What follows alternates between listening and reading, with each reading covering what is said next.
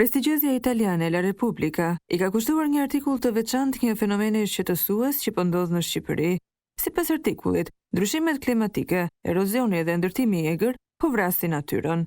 Nga Velipoja, ku forca e valëve po shndërron në hi një pyll me pisha shekullore, deri në Golem ku cimentimi po përshpejton erozionin, Bregdeti shqiptar po vuan keq. Është faji një përzierje e vdekje prurëse që shton ngrohjen globale dhe urbanizimin kaotik nga mbi turizmi. Rritja e nivelit të detit po ndikon në të gjithë planetin. Sipas NASA-s, nga viti 1993 deri në 2023, niveli mesatar I detit në tokë është rritur me 10 cm.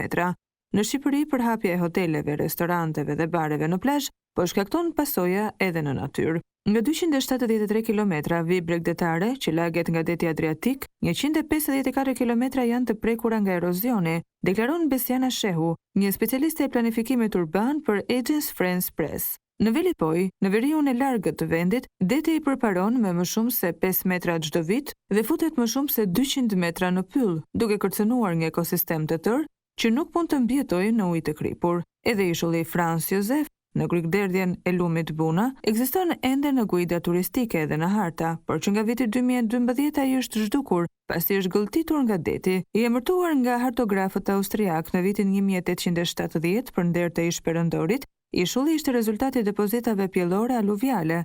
150 metra larg bregdetit, 19.5 hektarët e saj ishin mbuluar me pyje dhe bimësi të egër. Banorët e Kunes, disa kilometra më në jug, janë gjithashtu të shqetësuar. Vit pas viti, stuhit detare shumohen dhe bregdeti tani I ngjan një varrezë pemësh. Për shkak të ndryshimeve klimatike në vitet e fundit, deti është bërë shumë agresiv, duke përparuar drejt tokës me një ritëm frenetik. Paralajmëron Jak Gjini, një ekspert mjedisor nga Lezhë. Autoritetet shqiptare thonë se rritja e nivelit të detit përbën rreziqe serioze për mbytjesh për shumicën e zonave urbane të vendit. Në total, deri në vitin 2030, afërsisht 1082.45 m2, ose 32% e sipërfaqes së habitateve bregdetare, do të vuajnë pasojat e drejtpërdrejta të përmbytjeve, vlerëson Agjencia e Emergjencave Civile.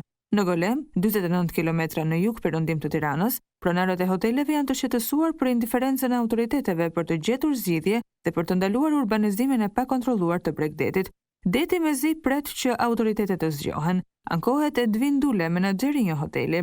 Gjatë 16 viteve të fundit, plazhi ka humbur rreth 70 metra vijë bregdetare. Shumë fishimi I hoteleve ka përkeqësuar më tej erozionin dhe po zvogëlon rërën në të cilën mbështetet për të tërhequr turistët.